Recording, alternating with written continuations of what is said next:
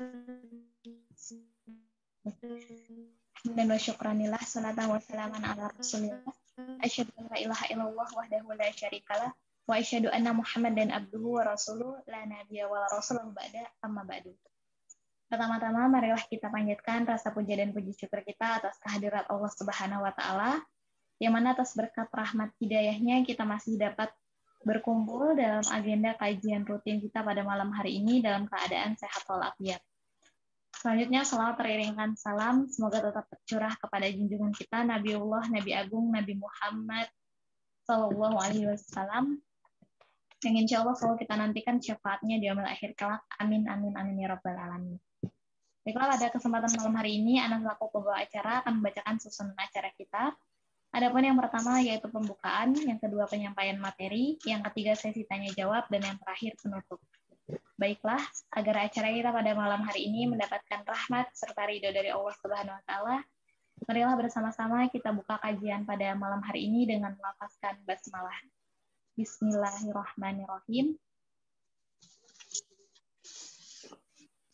Meningkat ke acara yang selanjutnya, yaitu penyampaian materi terkait penanganan kecanduan dengan terapi yang akan disampaikan oleh Ustadz Tono Esfandiar. Kepada Ustadz, waktu dan tempat dipersilahkan.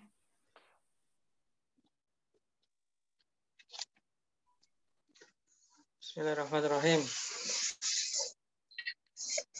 Assalamualaikum warahmatullahi wabarakatuh. Waalaikumsalam warahmatullahi wabarakatuh. Alhamdulillahilladzi arsala rasulahu bil huda wa dinil haqqi liyudhhirahu 'ala dini kullihi wa kafa billahi shahidan. Asyhadu an la ilaha illallah wahdahu la syarika lah wa asyhadu anna Muhammadan abduhu wa rasuluhu amma ba'd. Alhamdulillah, kita bersyukur kepada Allah dengan begitu banyak nikmat yang hingga hari ini bisa kita rasakan. Insyaallah. Suara saya terdengar jelas ya? Alhamdulillah jelas Ustaz. Ya, alhamdulillah. Hari ini kita kajian tentang bagaimana terapi kecanduan. Kecanduan itu ada banyak ya. Kecanduan itu ada kecanduan game online, ada kecanduan rokok, kecanduan narkoba, ya, kecanduan drakor, ayo drama Korea, ada nggak di sini nih? Ada kecanduan macam-macam, ya, Facebookan juga. Jadi, kecanduan ini banyak sekali macamnya. Ya, sekarang kita secara sederhana saja bagaimana memaknai kecanduan ini, ya, memaknai kecanduan. Saya akan banyak lebih bercerita yang sifatnya praktekum yang dialami paling banyak akhir-akhir ini, yang datang ke saya konsultasi dengan berbagai permasalahan kecanduannya. Ya, kecanduan di era pandemik, ya, ini Masya Allah ya. Kalau anak laki-laki itu usia sekolah, mahasiswa, bahkan bapak-bapak juga, itu kecanduan game, kebanyakan game online.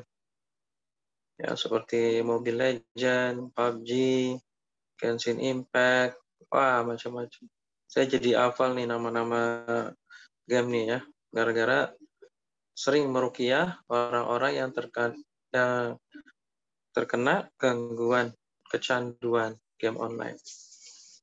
Lalu ada juga kecanduan untuk para akhwat yang masih muda-muda nih, biasanya K-pop ya, K-pop, terus drakor, ya, kecanduannya. Terus lagi film-film India. Nah, ini banyak sekali nih. Dan juga beberapa belakang ini, beberapa minggu terakhir, biiznillah dengan izin Allah, membimbing ruqyah kecanduan narkoba dan kecanduan merokok. Dan untuk kecanduan merokok, kemarin kita coba secara online seperti ini, alhamdulillah berhasil. Kemarin ada kajian keluarga secara online, Zoom. Keluarganya si pasien ya. Dia punya kajian online dalam keluarganya, lalu mengundang saya untuk mengisi materi bebas ya, materinya apa. Ternyata mereka milih kecanduan yang saat itu kebanyakan para laki-lakinya bapaknya kecanduan merokok. Ya, alhamdulillah kita bimbing bagaimana cara terapi mandirinya, ruqyahnya, dan langsung praktek lewat Zoom. Alhamdulillah bisa sehat, bisa hilang kecanduannya dengan izin Allah dalam beberapa menit. Jadi materinya sebenarnya nggak banyak. Yang harus dipahami bagi orang yang kecanduan nih, mesti paham dulu. Sebenarnya saya ini sudah kecanduan atau belum, gitu ya. Coba kita membaca diri kita sendiri.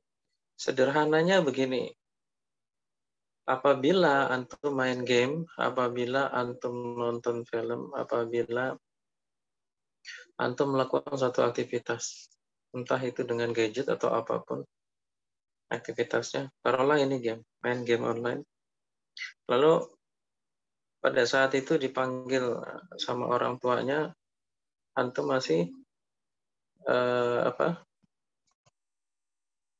tetap main game, tidak mengikuti panggilan orang tuanya, tetap main game.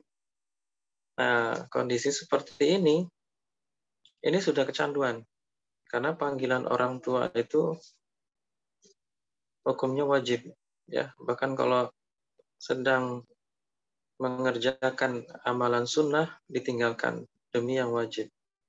Nah, jadi cirinya adalah ketika ada suatu yang wajib yang harus dilakukan, antum tinggalkan atau antum anggap itu hal sepele, diundurkan. Waktu sholat zuhur dengar azan karena lagi nanggung nonton drakor, lagi nanggung game online, nah, antum tinggalkan. Ya, itu udah mulai ada gangguan di situ. Ya, sudah mulai ada gangguan. Biasanya orang-orang yang terkena gangguan kecanduan ini ada tarafnya nih, ya, masih awal atau sudah menengah atau sudah akut, ya. Jadi kalau masih taraf-taraf awal biasanya masih belum ada penyakitnya, ya, belum ada penyakitnya sehingga antum yang kecanduan itu tidak merasakan butuh diterapi gitu, ya, kadang ngumpet-ngumpet aja. Ya. Tapi kalau sudah kena penyakitnya, udah taraf menengah berarti, baru mulai minta diterapi atau dari pihak keluarga, saudaranya sudah melihat, oh ini kecanduan, mesti diterapi. Nah, yang kita temukan, yang saya temukan ya di pasien-pasien saya, untuk yang kecanduan game sampai akhirnya seseorang itu emosional tinggi. Perhatikan ya, pokoknya orang yang main game, kecanduan game online itu pasti emosional ya.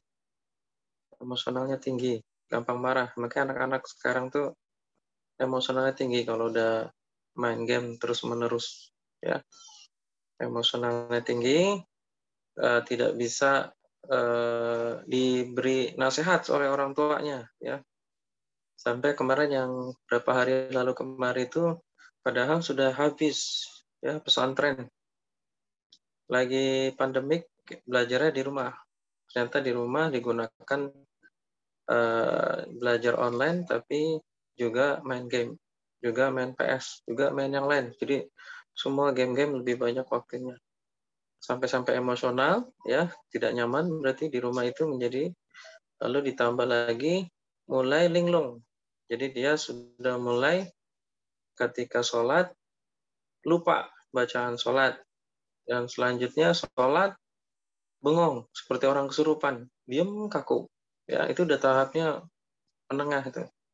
Lalu sampai sholat kepalanya tengok-tengok gitu. Sampai seperti itu ya. Akhirnya kakaknya WhatsApp ke saya, bagaimana cara ngeruqyahnya Ustadz? Ya bacain aja Quran. Bacain Quran, bereaksi ini, ngamuk-ngamuk malah. Ya kalau nggak bisa mesti ketemu ya. Akhirnya besok paginya dibawa, dibimbing, alhamdulillah nggak ngamuk. Ya, metode saya ruqyah itu ruqyah terapi untuk kecanduan ini dengan diagnosa nasihat. Alhamdulillah sebentar saja setelah diberi nasihat di ruqyah, muntah-muntah, bereaksi, dan itu dari game-game online-nya, handphonenya dibawa, dia pakai iPhone, dibuka tuh game-game online-nya, satu-satu, ya kita sebutkan tuh jin-jin yang terkait dengan Mobile Legends, PUBG, dan lain-lain, akhirnya keluar, ya, batuk, muntah. Jadi kalau di ruqyah muntah tuh, yang muntah bukan makanan biasanya, tapi lendir atau kosong, ya, gitu aja. Mungkin udah pernah ya lihat orang di ruqyah muntah. Kalau belum, ya nanti ikut pelatihan. Kalau sudah bisa, ya banyak biasanya kalau di masjid bisa terlihat. Gitu. Nah, Bapak Ibu yang dirahmati Allah, entah ini yang hadir Bapak, Ibu-ibu atau masih Mbak-mbak nih, atau ada berapa orang yang hadir sih? 11 ya, 11 orang. Nah, apakah kita sudah sampai di situ, gitu ya? Sudah sampai belum kecanduan itu? Nah, riwayat lagi. Jadi kita ambil dari kisah-kisah nyata ya. Langsung kisah nyata, tidak teoritis. 2 hari yang lalu baru nih, sekitar 2 atau 3 hari yang lalu. Seorang akhwat nih, dia drakor kalau nggak salah ya, drakor.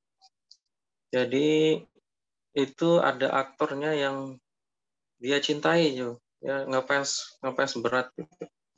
Itu namanya siapa ya? Sonju apa siapa gitu. Sampai baju dia beli. Terus poster, telegram, semuanya itu foto-fotonya, handphonenya semuanya si aktor tersebut. Bahkan kalau nonton drakor itu bisa sampai tengah malam. Seharian sampai tengah malam. Ya, dia kuliah mahasiswa tahap akhir. Nah, ini pergaulannya hampir tidak ada ya. Selama pandemik ini tidak keluar sama sekali ya. Jadi pergaulan dengan teman-temannya hampir tidak ada. Kerjaannya itu aja, drakor.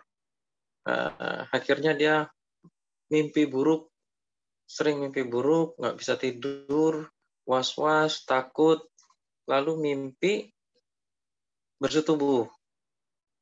Terus ada lebam-lebam di tubuhnya. Ya, ini akhwat ini. Laki-laki, selalu mimpi ada laki-laki tersebut ya. Lalu ketindihan, ya. Perutnya sakit, kepalanya pusing. Nah, itu seperti itu. Nah, begitu sudah mengalami sakit seperti itu, datang kemari ke rumah saya diagnosa, yaitu tadi ciri-cirinya karena adanya kecanduan terhadap drakor itu. Saya lupa namanya siapa itu. Akhirnya saya ajak beliau untuk memahami bahwa terlalu berlebihan ya kita terhadap sesuatu ini dapat menyebabkan penyakit. Ya, ngefans kepada aktor seperti itu berlebihan itu dapat mengundang setan, dan ini suatu aktivitas yang diharamkan. Karena biasanya orang yang ngefans sampai seperti itu, dia akan mengikuti semua aktivitasnya, Telegramnya, Instagramnya, apa yang dia suka, semuanya akan diikuti. Ya, nah ini berbahaya. Apalagi agamanya bukan Islam. Ya, jadi sebaik-baik panutan kita, ngefans berat kita adalah Rasulullah Shallallahu Alaihi Wasallam. Nah, selain itu nggak boleh, ya. Kita harus menimbangnya dengan Al-Quran dan Sunnah Rasulullah Sallallahu Alaihi Wasallam. Jika ada penyimpangan dalam syariat Islam, maka ini mengundang setan merasuki jiwa manusia. Nah, disinilah yang harus dipahami. Ketika hal ini dipahami, maka terapinya mudah saja. Terapinya nggak sulit, nggak mesti pakai metode yang aneh-aneh, dan dalam beberapa menit, insya Allah bisa sehat. Yaitu dengan bertobat lebih dahulu kepada Allah. Tapi ingat, ini harus paham dulu. Ya, paham bahwa hal tersebut yang dia lakukan keliru. Ya, makanya biasanya orang-orang yang baru tahap awal kecanduan masih agak sulit nih. Ya, nunggu sampai sakit. Kalau udah sakit, udah parah, gangguan jin, baru sadar. Nah, Bapak Ibu yang dirahmati Allah, jangan nunggu sakit. Ya, mudah-mudahan Allah karuniakan kita hidayah, anak-anak, keluarga kita, agar senantiasa lurus di jalan agama Islam, agama Rasulullah Shallallahu Alaihi Wasallam. Nah, di sini Bapak Ibu yang dirahmati Allah, satu tobat terapinya, kedua membaca Quran, ruqyah mandiri ataupun dibimbing diruqyah oleh Ustadz. Ya, setelah itu insya Allah tidak akan kecanduan lagi. Ya, jadi mudah insya Allah. Kecanduan rokok, pahami hukum rokok. Jadi hukum rokok itu hukumnya saat ini jumhur ulama haram, ya, haram. Kalau dulu awalnya rokok itu ada 3 hukum dari beberapa ulama. Ada dihukumi haram karena dilihatnya jelek, karena rokok waktu awal dulu belum diketahui apa dampaknya. Makanya hukumnya ada haram, mubah, makruh, ya. Tapi saat ini karena dampaknya sudah jelas, maka hukumnya haram. Nah, ketika melakukan sesuatu yang haram berarti berdosa. Ketika melakukan dosa, maka di situ ada setan. Aktivitas dosa, maksiat, maka di situ ada setan yang akan mengganggu. Nah, di sini, jadi kita dalam hal menterapi kecanduan, dalam praktek realistisnya harus memberikan pemahaman terlebih dahulu. Ya, diajak bicara orang yang kecanduan ini, berdiskusi. Ya, sebelumnya kalau memang khawatir berat, maka doakan dulu. Apabila ini anak kita, orang tua kita, suami kita, atau istri kita, maka kita doakan dulu. Doakan semoga Allah mengkaruniakan hidayah. Nah, setelah itu baru kita ajak ngobrol. Nah, demikian. Kecanduan narkoba juga demikian. Ya, setelah saya menterapi kemarin itu masih pemakai dia. Jadi ketika video call lewat WhatsApp, permintaan dari kakaknya, lalu saya ajak ngobrol, masih kurang-kurang fokus. Saya tanya, kapan terakhir memakai? Seminggu yang lalu. Nah, berarti masih pemakai, kan? Sudah berapa lama memakai narkoba? 40 tahun, bayangin. 40 tahun jadi pemakaian narkoba. Ya, itu udah luar biasa itu. Pasti ada maksiat-maksiat lain juga penyertaan di situ.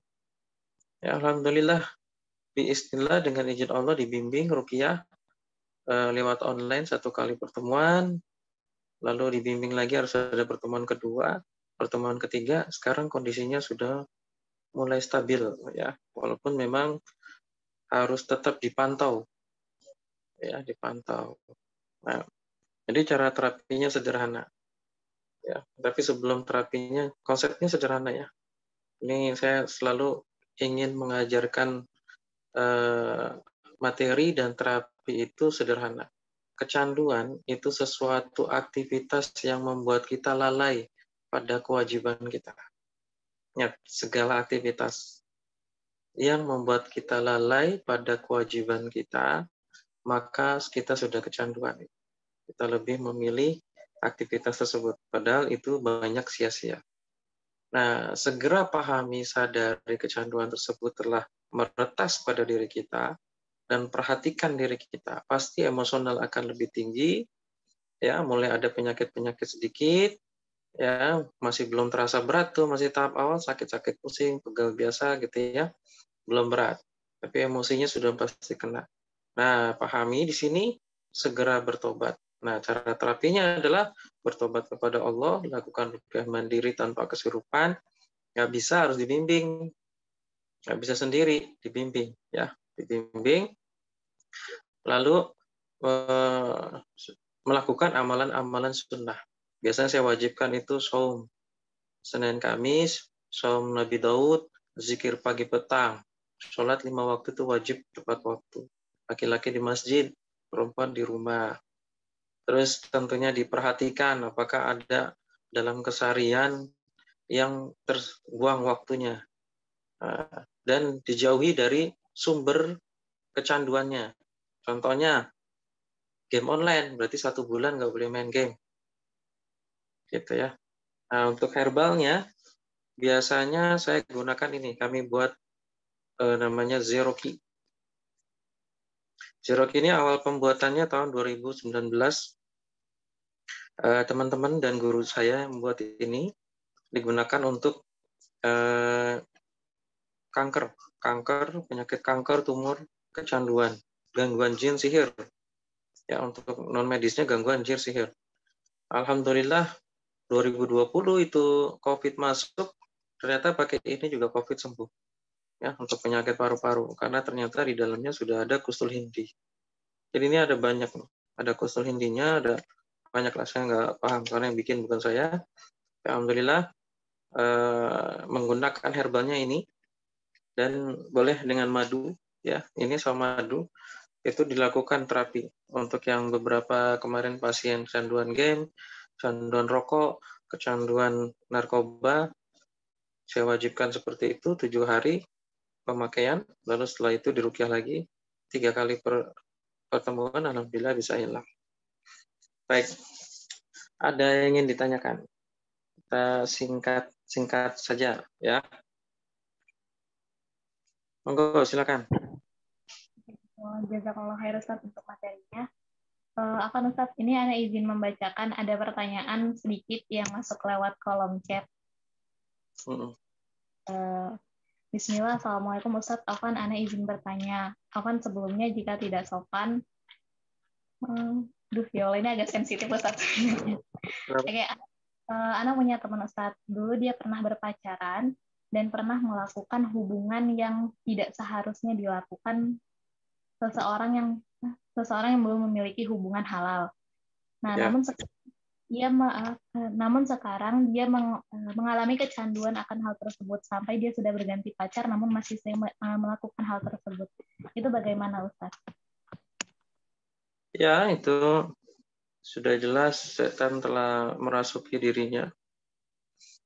Jadi sudah dipastikan karena dia telah menjerumuskan dirinya dalam dosa yang besar, ya. Ketika kita menjerumuskan diri kita dalam dosa besar, lalu kita nggak segera bertobat kepada Allah dengan sungguh-sungguh. Jadi ciri orang bertobat ketika sudah bertobat, misalnya sholat tobat nasuha, ya, sholat tobat 2 rakaat, tapi tetap tidak memperbaiki diri, itu bukan ciri orang bertobat. Seharusnya bertobat kepada Allah, ya, lalu hijrah sesuai dengan sunnah dan dibimbing ruqyah syariah oleh peruqyah. Karena biasanya kalau ada rasa keinginan kembali setelah bertobat dan melakukan amalan sunnah, berarti sudah ada setan di situ. Sudah ada jin yang di jiwanya. Biasanya ini karena kurangnya ilmu agama sehingga dia terjerumus pada hal itu. Makanya pacaran ini kan nggak boleh, ya. Kurangnya ilmu agama penyebab dari kecanduan, maksiat, ya ini. Jadinya timbulnya perbuatan maksiat yang akhirnya menjadi kecanduan. Nah, Bapak Ibu yang dirahmati Allah, kesempatan kita pandemik banyak di rumah itu gunakan untuk belajar. Jadi itu caranya, Mbak ya, segera berkonsultasi ruqyah syariah, segera bertobat kepada Allah dan diruqyah, dibimbing, dan meninggalkan hal-hal yang dapat menjadi lubang maksiat.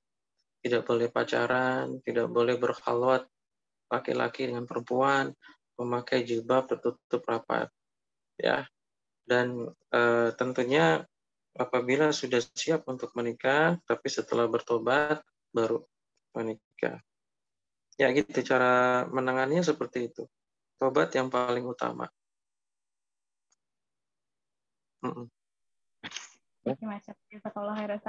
Oke, baiklah. Mungkin dari sahabat Nuriyah yang lain masih ada yang ingin bertanya. Tafadhol bisa langsung raise hand atau langsung di-unmute akunnya untuk langsung bertanya kepada Ustadz Ton.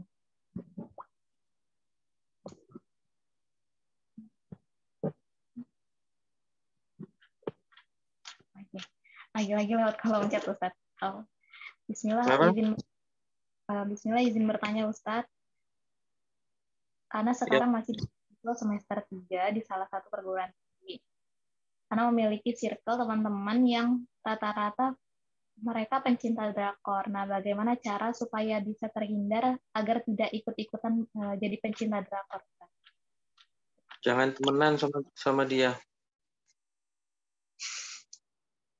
Jangan temenan sama dia. Rasulullah Shallallahu Alaihi Wasallam memberikan nasihat kepada kita. Ya, cara tahu agama seseorang, cara tahu akidah seseorang gampang. Lihat akidah teman-temannya. Cara tahu orang itu akidahnya seperti apa, lihat temannya, sahabatnya yang sering ketemu setiap hari, maka akidah dia seperti itu. Maka agama dia seperti itu. Kalau kita pengen agama kita bagus, pengen selamat dunia akhirat, maka kita boleh kenal dengan semua banyak orang, boleh kita kenal. Tapi yang menjadi teman kita, tempat kita ngobrol, tempat kita nongkrong, ya nongkrong dalam hal positif, ya nongkrong di masjid, nongkrong di kajian, ya kan bahasa gaul aja nongkrong, ya tempat kita curhatan, tempat kita berbagi rasa, bercanda, maka teman-teman itu haruslah teman-teman yang soleha, teman-teman yang ya soleha. Kan tadi pertanyaannya drakor ya, biasanya anak perempuan, kalau laki-laki nonton drakor pakai rok berarti dia. Nah, ini nggak ada cara lain. Supaya saya nggak ketularan gimana? Ya begitu caranya. Sebagaimana ulama mengatakan, kalau kamu temenan sama tukang parfum, pasti kamu wangi. Karena tukang parfum itu kan nggak mungkin pelit. Kamu punya temenan sama dia, pasti kamu dikasih minyak wangi. Ya kan? Kalau kamu temenan sama bandar narkoba, ya pasti nyicipin narkoba. Benar nggak? Kalau kamu temenan sama perokok, ya pasti kamu ngerokok. Nggak mungkin nggak. Jangan cuman bilang, enggak, saya mah cuman ini doang. Pasti suatu saat, tinggal nunggu waktu aja. Gitu. Kalau teman saya semuanya nonton drakor, Ustadz, ya pasti tinggal nunggu waktu antum nonton drakor. Terus gimana? Ganti temennya. Kita boleh kenal dengan mereka, tapi kita tidak boleh akrab dengan mereka. Kita hanya boleh berteman dengan orang-orang yang mau selamat dunia dan akhirat. Nah, ini pilihan hidup. Ya. Nah, kalau kita ada nih soulmate, Ustadz, kasihan soulmate saya. Kasih tahu, ajak ikut kajian online seperti ini untuk berubah, hijrah menjadi lebih baik. Tapi kalau nggak mau, ya berarti ini bukan teman kita, bukan soulmate namanya. Ya, nah, ayo para akhwat, mahasiswa, mahasiswi, mulai sekarang ganti temannya, rubah temannya. 5-10 teman, semuanya akrab dengan kita, tempat berbagi rasa, berbagi pikiran, nongkrong bareng di kajian. Semuanya harus soleh-soleha. Yang laki-laki soleh, milihnya temennya. Yang akhwat soleha. Jangan dibalik ya, nggak boleh. Nanti berkhalwat namanya. Paham sampai di sini ya? Ya, baik, silakan. Berikutnya. Jazakallah khair Ustaz. Baik Ustaz, ini ada pertanyaan berikutnya. Assalamualaikum Ustaz, izin bertanya mengenai hukum ruqyah dan cara meruqyah diri sendiri itu bagaimana ya Ustaz caranya? Syukran. Ya, hukum ruqyah boleh, bahkan dianjurkan. Ruqyah yang syar'i, ya. Ruqyah itu ada dua. Ruqyah itu kan kalau bahasa Indonesianya jampi, mantra, suwuk bahasa Jawa. Bahasa Indonesia itu jampi, mantra ataupun doa. Maka ulama membagi ruqyah itu menjadi dua, ya. Ada yang batuk ya. Audionya di-off-in dulu itu. Ulama membagi ruqyah menjadi dua. Ya, ruqyah syirkiyah, ruqyah yang syirik, dan ruqyah yang syar'iyah. Maka kita harus bisa bedain. Ruqyah syirik itu sederhana aja deh gampangnya ya. Ruqyah syirik itu minta selain kepada Allah, pakai jimat, pakai pusaka, pakai raja-rajahan, pakai mahar-mahar yang aneh-aneh, mandi kembang, potong ayam, dan yang paling gampang lihatnya ustadznya atau terapisnya bisa melihat goib. Pokoknya kalau dia bisa melihat goib, dipanggil ustadz, yai, ke pahala, dukun, nggak boleh, ya. Gitu aja. Karena 4 mazhab imam mazhab tidak ada yang memperkenankan seseorang itu bisa melihat goib. Termasuk mazhab kita, mazhab Imam Asy-Syafi'i. Lalu ruqyah syariah, ruqyah yang dicontohkan oleh Rasulullah Shallallahu Alaihi Wasallam, warisan Nabi, ya, diajarkan ke para salafus soleh, diajarkan ke para sahabat dan keturunannya terus sampai para ulama dan kita. Jadi ruqyah syariah boleh, hukumnya boleh, bahkan dianjurkan ketika kita sangat membutuhkannya. Ya, kalau kena gangguan sakit perut, ya, minum madu, nah itu ada di Al-Quran. Terus kalau kita ke dokter kan sama aja, kita berobat ya. Misalnya kita kena sakit medis. Sebenarnya sih kalau dalam pandangan saya penyakit medis dan non medis ruqyah dulu baru ke dokter. Tapi kebanyakan orang milihnya kalau ruqyah itu yang sifatnya gangguan jin, kalau medis ke baru dokter ya. Ya, seperti itu. Padahal kalau sakit medis, non medis, ruqyah dulu, ruqyah mandiri. Nah, nanti ikhtiar ke dokter boleh. Nah, ini ruqyah ini bagian dari ikhtiar, jangan dibeda-bedain. Jangan dibeda-bedain ruqyah, datang ke ruqyah syariah dibedain dengan datang ke dokter. Kan sama-sama ikhtiar. Ada yang bisa diobati dengan hanya cukup medis. Tapi ternyata ada yang perlu diobati dengan ruqyah syariah. Dan banyak ulama mengatakan sebenarnya obat yang paling bagus adalah ruqyah. Adalah doa, adalah ayat-ayat Quran. Gitu. Ya. Namun kita tidak menutup adanya ikhtiar lain. Maka datang ke peruqyah syar'i. Ingat ya kalimat saya, datang ke peruqyah syar'i. Itu sama datang ke dukun, datang ke dokter, maaf. Datang ke dokter yang benar ya. Karena sekarang ada dokter yang dukun juga loh. Dokter tapi buka prakteknya alternatif. Itu baru tahu kemarin. Baru kemarin ya ada pasien saya datang.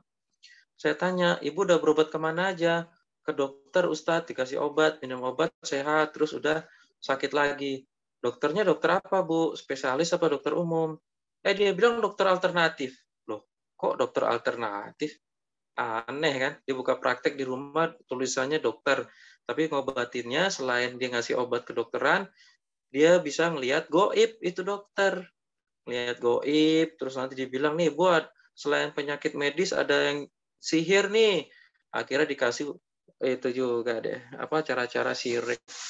Nah, ini hati-hati nih, ternyata ada dokter kayak gitu tuh. Nggak tahu prakteknya di mana tuh. Jangan tahu lah. Ada tuh kayak gitu. Nah, maka kita harus berhati-hati. Dokternya harus beneran dokter ya. Terusnya kalau dilaporin dia bakal dicabut tuh sama ID. Karena nggak boleh.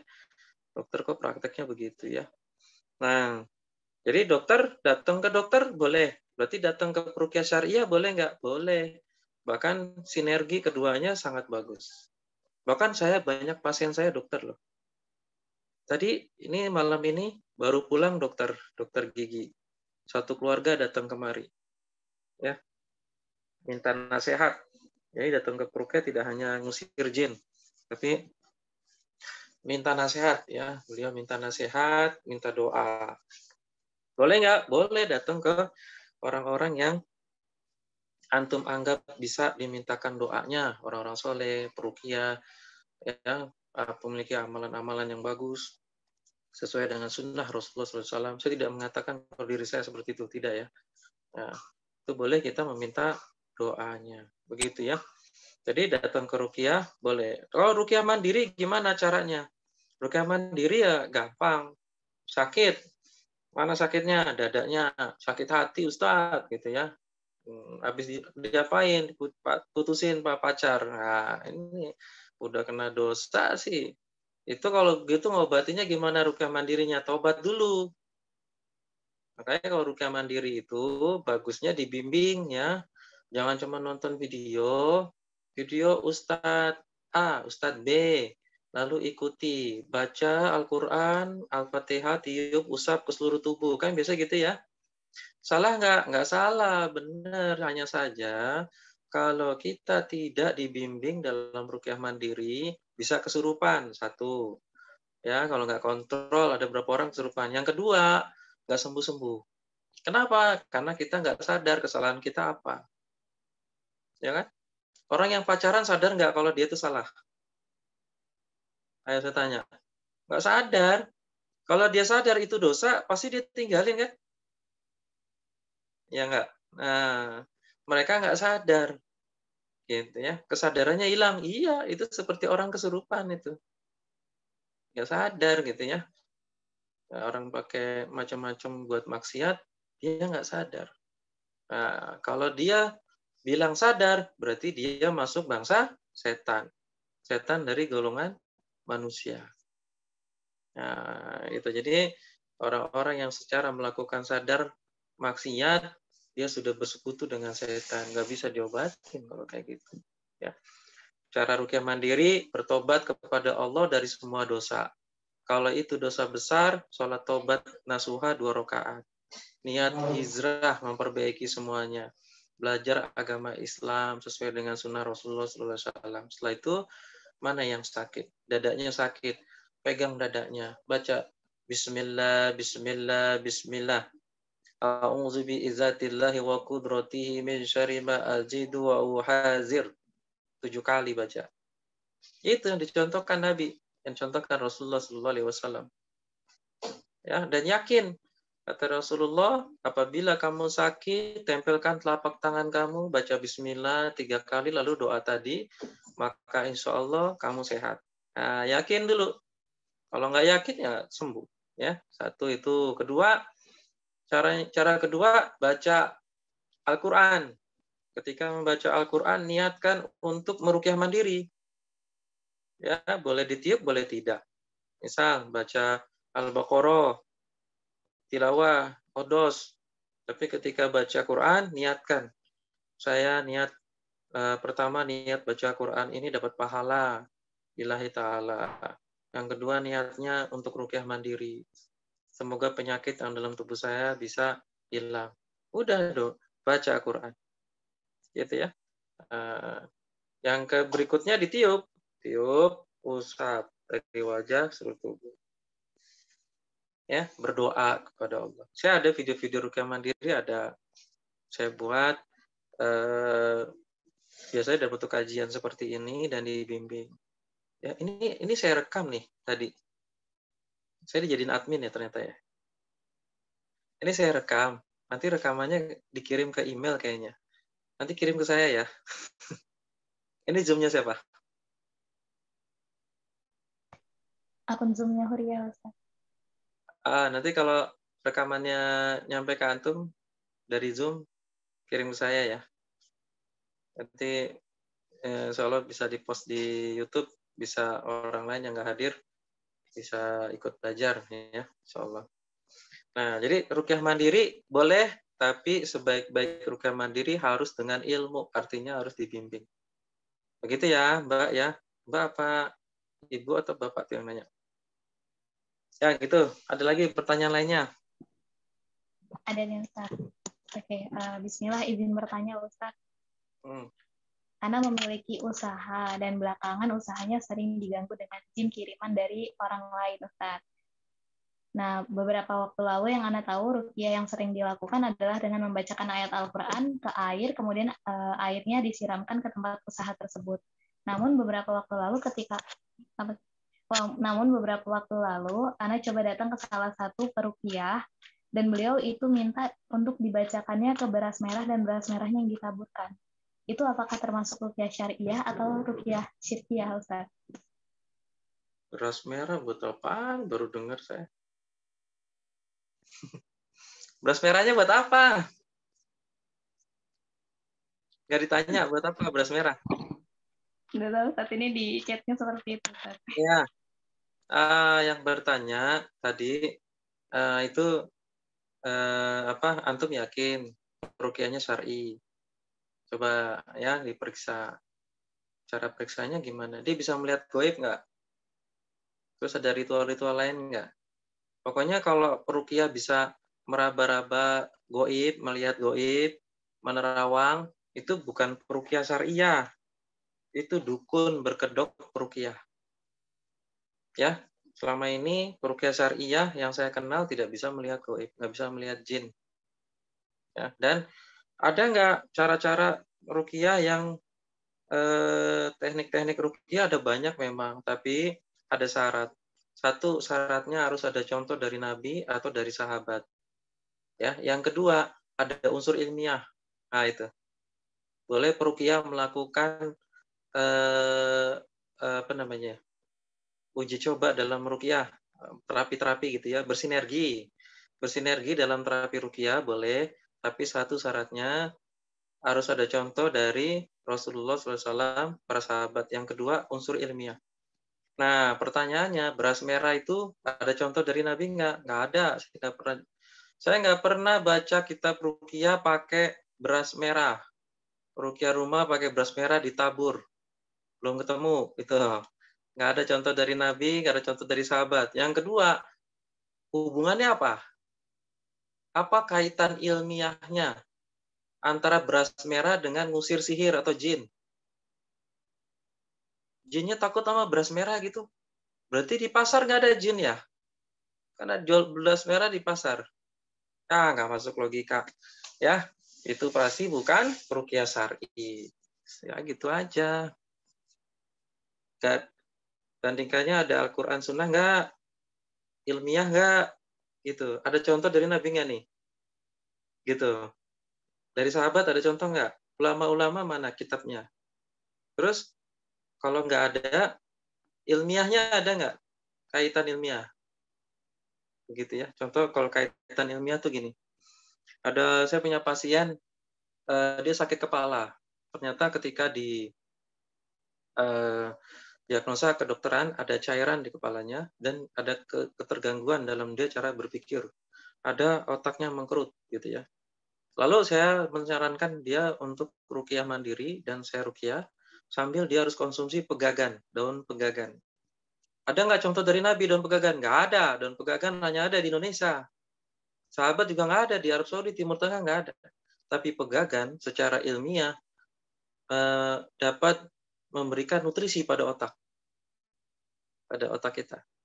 Nah, paham maksudnya di sini ya? Jadi kita bisa gunakan sinergi herbal, makanan, atau apapun yang ada di Indonesia, tapi ada kaitannya secara ilmiah dengan penyakit tersebut. Nah, begitu. Nah, kalau ngusir jin ruqyah pakai beras merah ditabur, terus garam juga ditabur sekalian. Lama-lama tanah kuburan kalau nggak mempan. Terus tahunya disihir gimana? Ya, itu udah kena ruqyah syirik. Terus lagi tahu sihir dari mana? Dari ruqyah tersebut atau dari mana?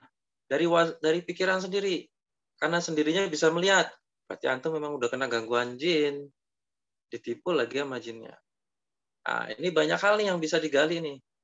Ya, pasti kalau ketemu saya tanya, tahu disihir dari mana? Ciri-ciri sihir dari mana tahu ciri-ciri sihir? Nah, itu ya. Jadi itu tidak diperkenankan cara-cara seperti itu. Bagaimana cara ruqyah rumah? Cara ruqyah rumah ada videonya, saya bikin juga, saya jelaskan sederhana, yaitu bacakan surat Al-Baqarah di dalam rumah tersebut, tidak mesti keliling. Pada saat membaca Al-Baqarah cukup diam di tempat, lalu membaca Az-Zahrain. Az-Zahrain itu Al-Baqarah dan Ali Imran. Yang disebutkan dalam hadis bahwa Az-Zahrain ini apabila dibacakan maka tidak ada setan atau jin sihir yang bisa masuk ke dalam rumah. Ketika dibacakan dalam rumah tersebut, ini ada hadisnya nih. Maka baca Al-Baqarah. Niatkan untuk dapat pahala, ikhlas lillahi ta'ala pada Allah. Ingat satu niatnya itu. Kalau enggak dapat pahala nanti. Yang kedua, niat untuk meruqyah rumah, meruqyah diri sendiri. Baca Al-Baqarah sampai selesai. Yang kedua, enggak mampu baca Al-Baqarah, gunakan air. Air di dalam botol semprot, dibacakan ayat-ayat ruqyah. Boleh dikasih garam, boleh dikasih minyak bidara, boleh karena ada contoh. Ya, Rasulullah pernah meruqyah air dengan garam, pernah juga ulama-ulama menganjurkan ruqyah dengan daun bidara.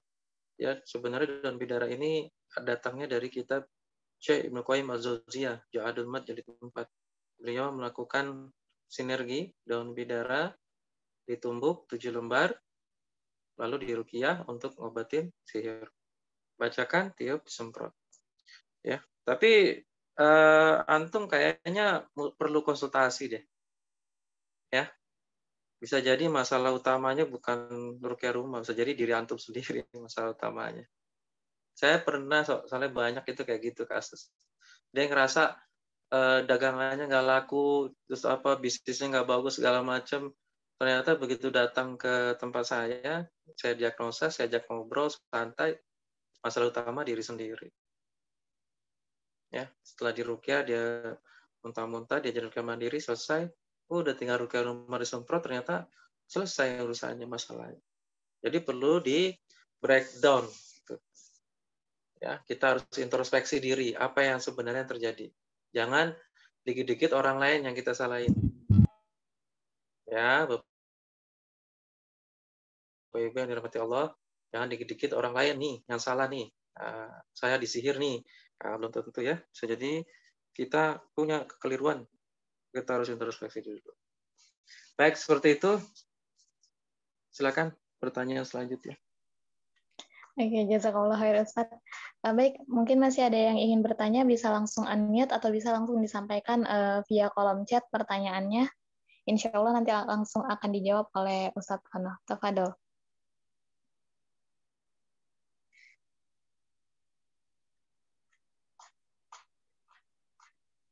Oke, Ustadz ini ada sedikit tambahan Ustadz dari penanya yang sebelumnya. Jadi kata beliau itu tahu kalau rumahnya disihir itu salah satunya dari keluarganya itu sering mendapatkan gangguan Ustadz. Gangguan seperti apa? Jadi katanya, sebentar Ustadz. Keluarga Ana sering mendapatkan gangguan. Selain itu juga banyak yang sering ngelihat kalau usaha Ana itu tutup padahal setiap hari buka, katanya gitu, Ustaz. Ya, pertanyaannya gangguannya seperti apa? Terus berikutnya, banyak yang melihat, seberapa banyak orang yang melihat tertutup. Nah, kadang tersugesti soalnya ada cuma 1-2 orang, ya 1-2 orang ini kadang juga nggak bisa dipercaya omongannya, bilangnya tutup. Gitu. Padahal mungkin ketutupan mobil atau apa pada saat itu atau dia nggak lihat jelas. Soalnya banyak sih bilangnya banyak, tapi ternyata saya tanya berapa orang. Banyak itu berapa orang? Sudah nanya ke setiap berapa banyak surveinya? 2 orang. Nah itu nggak banyak kalau 2 orang. Ya, gangguan, sering gangguan. Apakah orang yang terkena gangguan jin dia disihir? Belum tentu. Bisa jadi masalahnya di hati. Bisa jadi masalahnya hubungannya nggak bagus suami istri, orang tua dengan anak. Ya, ada masalah psikologis. Bisa jadi memang ada gangguan jin dari jenazah keturunan atau dari dalam keluarganya ada kesirikan atau kemaksiatan di masa lalu. Masalah yang belum kelar. Jadi banyak yang mesti didetailkan permasalahan ini. Yang mesti diselesaikan. Ya. Dan cara terbaik, antum nggak bisa mengira-ngira. Cara terbaik ya antum tanya sama ahlinya. Gitu. Antum datang, antum konsultasi, ceritakan semua permasalahan, nah itu diterapi langsung. Karena akan dibantu untuk menemukan permasalahan apa yang terjadi pada diri antum sebenarnya. Gitu ya. Jangan hanya baca di channel-channel YouTube ataupun artikel-artikel. Karena sebenarnya banyak peruqyah syar'i di Indonesia menyebarkan kisah-kisah ruqyah mereka, tapi belum tentu ciri-ciri yang terjadi pada pasien mereka itu bisa sama dan itu dikatakan sihir. Nggak bisa. Paham ini? Pasien satu, misalnya ada ruqyah menceritakan di artikelnya dia, ciri-cirinya gini-gini, dia kena sihir di ruqyah terus akhirnya sembuh. Ini nggak bisa jadi patokan kalau ciri-ciri tersebut terkena sihir. Kenapa? Cari dalil Rasulullah Shallallahu Alaihi Wasallam menceritakan ciri sihir. Cari deh, nggak bakalan ada. Nggak ada. Rasulullah Shallallahu Alaihi Wasallam pernah kena sihir. Cuman itu doang dalilnya. Rasulullah Shallallahu Alaihi Wasallam kena sihir. Rasulullah loh yang kena sihir ini Rasulullah. Bayangin. Kenapa kok bisa kena sihir? Ini dalam rangka untuk belajar umatnya. Umatnya supaya belajar dari Rasulullah Shallallahu Alaihi Wasallam. Bukannya sihir yang seperti bayangan sekarang, jin ganggu Rasulullah, nggak begitu ya. Rasulullah kena sihir hanya berapa jam itu seperti melakukan sesuatu tapi tidak. Lalu berdoa kepada Allah. Nah lihat, dilakukan Rasulullah berdoa aja. Berpasrah diri, ya Allah, ada apa dengan diriku ini? Rasulullah tidur, dua malaikat datang dalam mimpi mengatakan, Rasulullah itu terkena sihir dari fulan, dukun. Ya, saya lupa namanya nih. Dukunnya Yahudi yang paling sakti saat itu. Itu ada di buhul sihir, bekas sisirnya Rasulullah yang dicuri, lalu ada di sumur. Lalu Rasulullah bangun, cerita itu ke Aisyah dan Umar, dicari. Begitu dicari, ditemukan jauh banget jaraknya dari rumah Rasulullah Sallallahu Alaihi Wasallam. Ditemukan, lalu setelah ditemukan mau dibakar, nggak boleh. Turunlah surat Al-Falaq dan An-Nas. Dibaca surat Al-Falaq An-Nas, putus sihirnya, lalu dikubur. Tidak dibakar. Kata Rasulullah, saya sudah memaafkan dukunnya, dikubur saja. Setelah itu ada nggak bahas kitab sihir? Tidak ada. Rasulullah SAW besoknya apakah langsung, mari kumpul semua, kita bahas tentang sihir, kita bahas bagaimana menghadapi sihir, ciri-ciri sihir seperti apa? Tidak ada. Sudah selesai, gitu aja. Artinya apa? Jangan membesar-besarkan sihir. Dalam Islam tidak pernah dibesar-besarkan sihir itu. Memang saat ini banyak sekali kitab-kitab sihir terbagi menjadi 1, 2, 3, 4, 5. Ini yang nulis peruqyah syar'i. Ini boleh ya? Ini pendapat boleh. Namanya pendapat kan nggak apa-apa. Tapi kalau dipastikan nggak boleh. Paham sampai di sini ya? Kalau dipastikan nggak boleh. Jadi kita nanti sibuk mikirkan sesuatu yang goib, yang sebenarnya yang goib itu hanya Allah yang lebih tahu.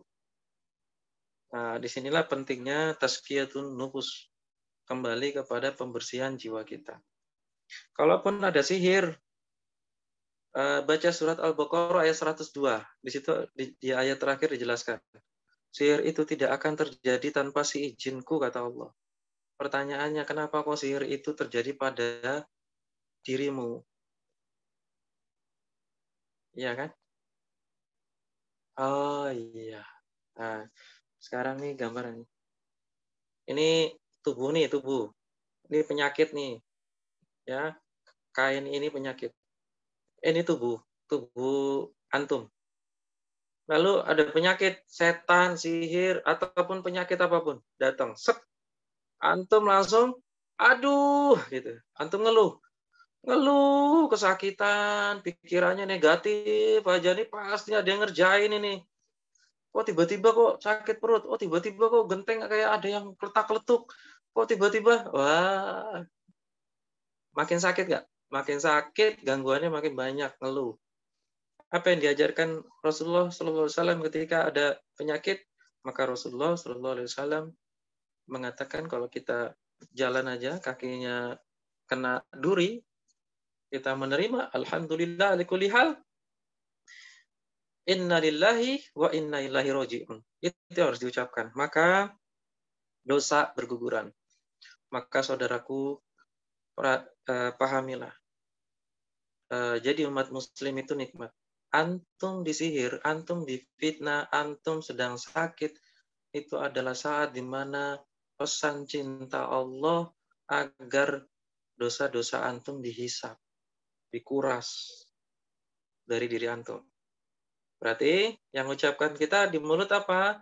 Alhamdulillah ala kulli hal, inna lillahi wa inna ilaihi raji'un. Hatinya gimana? Menerima ikhlas, ya Allah. Terima kasih. Karena dosa-dosaku engkau berikan waktu untuk dihisap. Kita manusia ada yang suci nggak? Nggak punya dosa sama sekali ada nggak? Nggak ada. Bisa nggak 1 hari tanpa dosa hidup? Bisa nggak? Nggak bisa. Itu sebabnya kita harus banyak istighfar, zikir, deketin orang-orang soleh. Ya, supaya kita diampuni dosa-dosa yang tidak kita sadari. Manusia suci hanya satu, yaitu baginda Nabi Muhammad Rasulullah Shallallahu Alaihi Wasallam. Selain itu nggak ada. Semuanya pasti ada dosa. Bapak Ibu yang dirahmati Allah, yang sedang sakit, yang sedang kecanduan, yang sedang merasakan disihir, yakinlah ini adalah pesan cintanya Allah. Dan pertemuan kita di lewat Zoom ini bukan kebetulan. Ini tanda cinta Allah kepada diri antum. Bahwa barangkali yang antum upayakan saat ini masih keliru. Ya, dan antum beribadah dengan baik sehingga Allah pengen antum berubah. Mari saudaraku, Bapak Ibu, Mbak, ya, ayo berubah. Perbaiki cara-caranya dengan benar, introspeksi diri, ya, ada apa dengan diri saya? Istighfar, sholat taubat, minta ampun sama Allah. Ya, istighfar, sholat taubat, sedekah. Sedekah itu bisa tolak bala, sedekah itu bisa mendatangkan rezeki, sedekah itu menjadi cahaya di alam kubur. Lakukan sedekah, dan terutama sedekah di waktu pagi, karena ada malaikat turun di waktu pagi berdoa keberkahan bagi siapa saja yang bersedekah.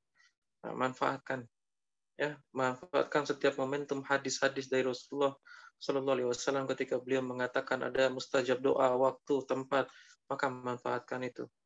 Lebih baik antum kejar diri antum dekat sama Allah daripada antum pusing memikirkan sihir, pusing memikirkan jinnya. Tapi akhirnya hatinya gersang, sholatnya tidak khusyuk. Di dalam kitab-kitab Syekh Ibnu Qayyim Al-Jauziyah, pengobatan sihir, penyakit ain dan gangguan jin, maka terapinya introspeksi diri, terapinya perbaiki ibadah. Kalaupun tahu siapa pengirimnya, maka datangi dia, katakan maaf kalau saya pernah menyakitimu, ya, kasih makan. Nggak usah bilang sihirnya stop ya, nggak usah. Ya, kalau memang tahu siapa penyihirnya, cukup lakukan itu karena sihir itu terjadi atas izin Allah. Ya, atas izin Allah. Allah bisa berkehendak semaunya. Ya, saatnya kita untuk memiliki rasa yakin bahwa apapun yang Allah takdirkan ini adalah pesan cinta Allah untuk kita. Nah, dari sini nanti terapi ruqyah mandiri, amalan-amalan sunnah itu lebih mudah. Dan sihir nih kalau ini sihir, dari sini dia akan pergi.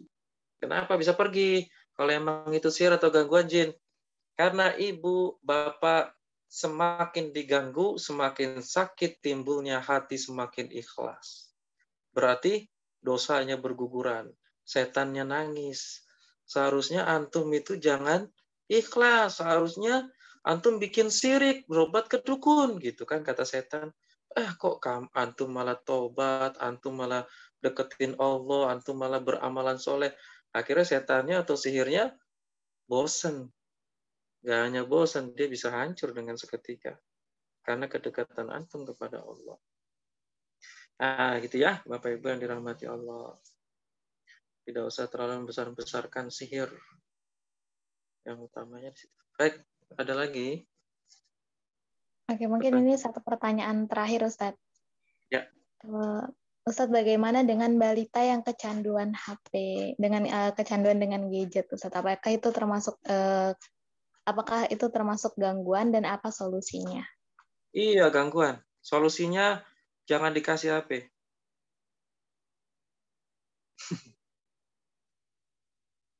Nangis, ya biarin aja nangis. Dikasih waktu, ya, ketika main handphone itu dikasih waktu.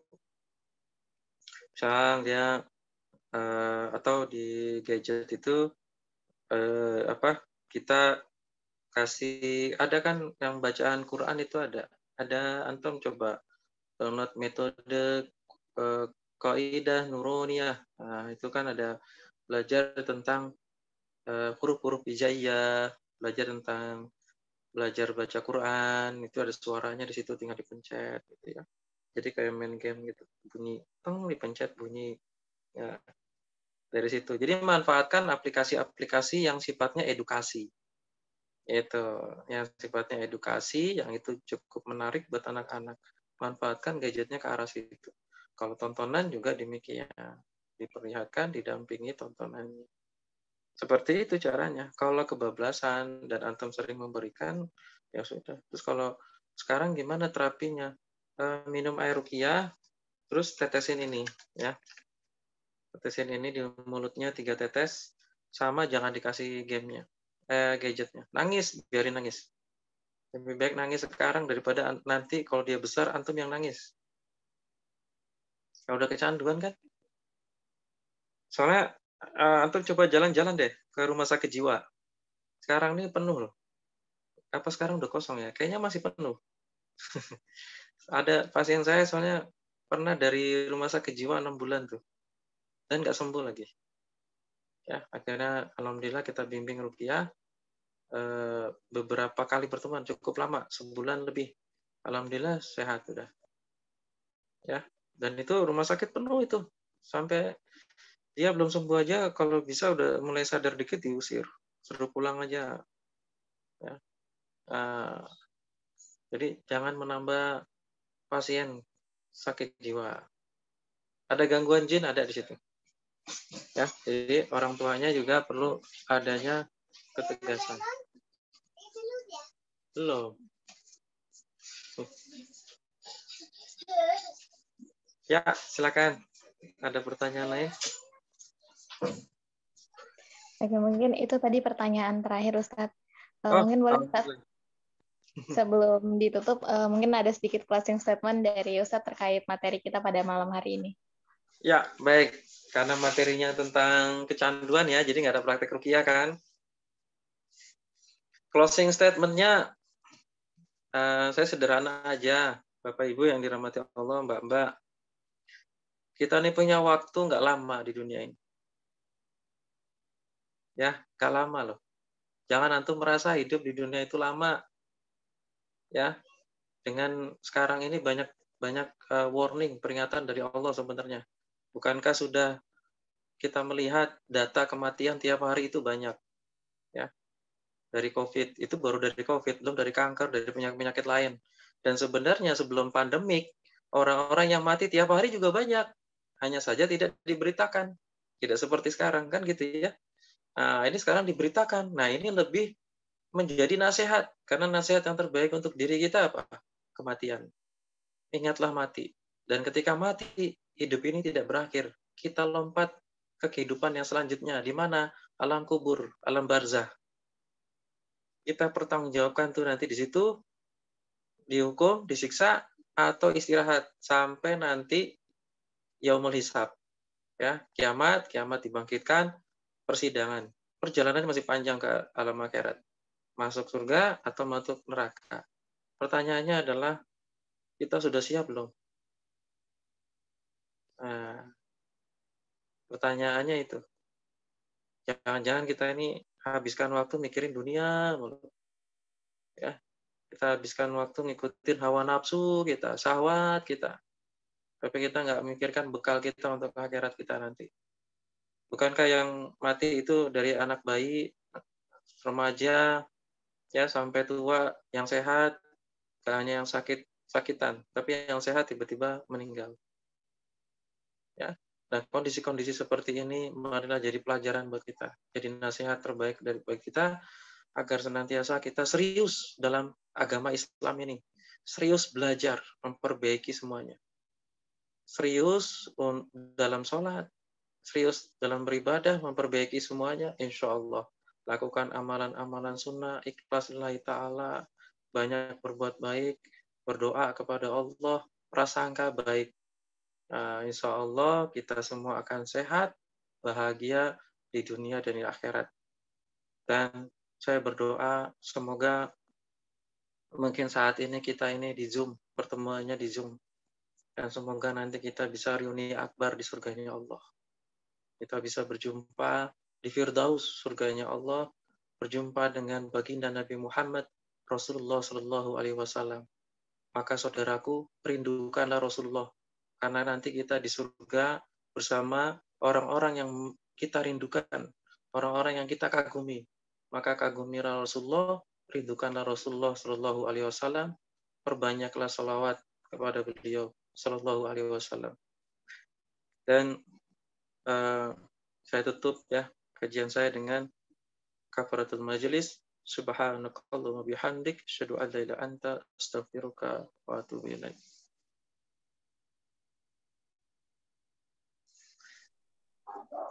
Oke, Masya Allah, jazakallah khair Ustadz. Untuk materinya luar biasa. Malam hari ini pembahasan kita terkait kecanduan. Oke, mungkin cukup sekian kajian kita pada malam hari ini. Ana selaku pembawa acara memohon maaf apabila ada kekurangan dan kesalahan. Bila ada kurangnya datangnya dari Ana pribadi dan segala kebenaran hanya milik Allah Subhanahu wa taala. Ana akhiri billahi taufiq wal hidayah. Wassalamualaikum warahmatullahi wabarakatuh. Waalaikumsalam warahmatullahi wabarakatuh. Barakallahu fiik. Jazakallah khair Ustaz. Ya, sami-sami.